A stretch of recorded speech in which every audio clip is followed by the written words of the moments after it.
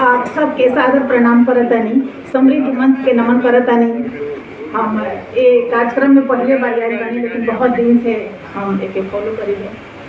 और मनोज भैया बानी, हमारे नंद भैया बानी, हम यहाँ के बहुत दिन से यहाँ के पता बा भोजपुरी खातिर जौन करत बानी लोग के प्रयास के साथ हमरू कदम बढ़ावे की कोशिश करेंगे।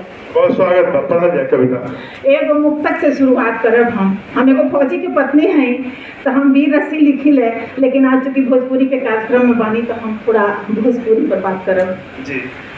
अपना गौवा के माटी के सुगंध राखिले, अपना गौवा के माटी के सुगंध राखिले, दिल से मिले सनहिया से तू बंध राखिले, नीक लागे बड़ा अपना जवार के हवा, यही से सबका से दिल के संबंध राखिले, सबका से दिल के संबंध राखिले।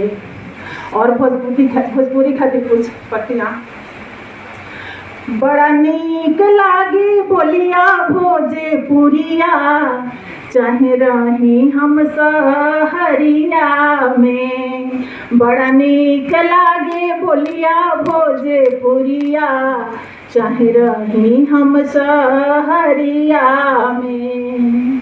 जय जी जय डूना सोहाला, हमसे मोम ना कहाला, जय जी जय डूना सोहाला।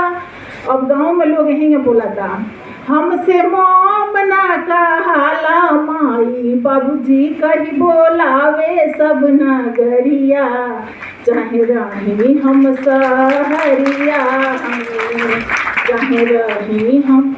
और लोग गुड मॉर्निंग कहेला तो सामने वाला भी गुड मॉर्निंग कहेला, अगर हम गोड़ लागिले तो लोग आशीर्वाद देला। हाय हेलो ना बुझाला, गुड मॉर्निंग ना बोलाला, गोड़ लागिला शिशिया भरिया झुरिया, हरिया में। भौजी भैया के बोलावे, पहले चूड़ी खनकावे, पहले यही होता है। भौजी भैया के बोलावे, पहले चूड़ी खनकावे, जी आई बैठी करी जेवनरिया, चाहे रही हम सहरिया में, बड़ा नीक लागे बोलिया भोजपुरिया, चाहे रही हम सहरिया में। माई लइका के बोलावे, आजकल तो गांव में भाषा बदल गई बा।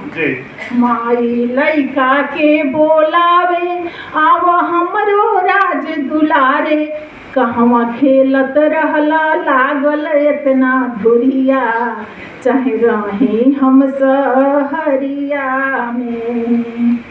मधुनियन भोजपुरी, भोजपुरी से मीठ कोनो बोली नहीं है।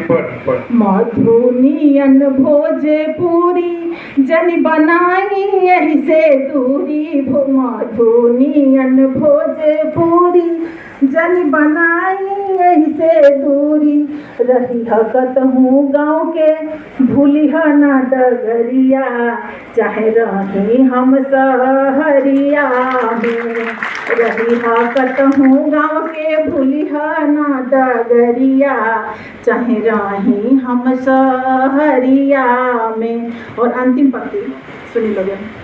जैसन भोर के किरनिया, जैसन भोर के किरनिया, ओइसन लागे अपन बोलिया, जैसन भोर के किरनिया, ओइसन लागे अपन बोलिया, एकर मान बढ़ैहा।